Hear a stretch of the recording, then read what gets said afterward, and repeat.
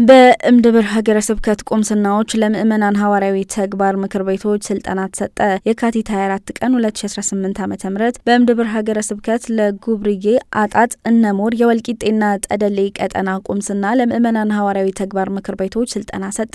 የአንድ ቀን ስልጠናው በእምድብር ሀገረ ስብከት ሐዋርያዊ ጽሕፈት ቤት አስተባባሪነት መሰጠቱም ተገልጿል። በጉብርዬ አጣጥና እነሞር ቀጠና ላይ የሐዋርያዊ ጽሕፈት ቤት አስተባባሪ ክቡር አባ ተስፋ አምላክ ፍቅሬ የምእመናን ሐዋርያዊ ተግባር ና ሚና በቤተ ክርስቲያንና በዓለም ውስጥ እንዲሁም የቤተ ክርስቲያን ተልእኮ በሚል ርዕስ ስልጠና ሰጥተዋል። ለወልቂጤና ጠደሌ ቀጠና የሀገረ ስብከቱ ሐዋርያዊ ተግባር ምክር ቤት ተወካይ አቶ አበራ ስፍር በቤተ ክርስቲያን አመራር የምእመናን ሚና በሚል ርዕስ ላይ ስልጠና ሰጥተዋል። በስልጠናው የቁምስና ሐዋርያዊ ተግባር ምክር ቤቶች ኃላፊነት ዋና ስራቸውና ሚና መሆን ያለበት ከህፃናት ጀምሮ ሚስጥራትን ማስተማር፣ ችግሮች ካሉ እርቅ ማድረግ፣ ማህበራትንና የክርስቲያን የመንደር ጸሎት ቤቶችን ማጠናከር መሆኑ ተመላክቷል። የእምድብር ሀገረ ስብከት የምእመናን ሐዋርያዊ ተግባር ምክር ቤት ተጠሪ የሆኑት አቶ ተስፋዬ ባደጂ እንዲሁም በወልቂጤ አቶ ጤናዬ የእግዚአብሔር የሆነውን ካለን ገንዘብ ብቻ ሳይሆን ከምናገኘው ነገር ሁሉ ከ11 አስራት በኩራት መስጠት እንዳለብን ትምህርት ሰጥተዋል። የአንድ ቀኑ ስልጠናም ውይይቶችን በማድረግ መጠናቀቁን ከእምድብር ሀገረ ስብከት ማህበራዊ ድህረ ገጽ ያገኘነው መረጃ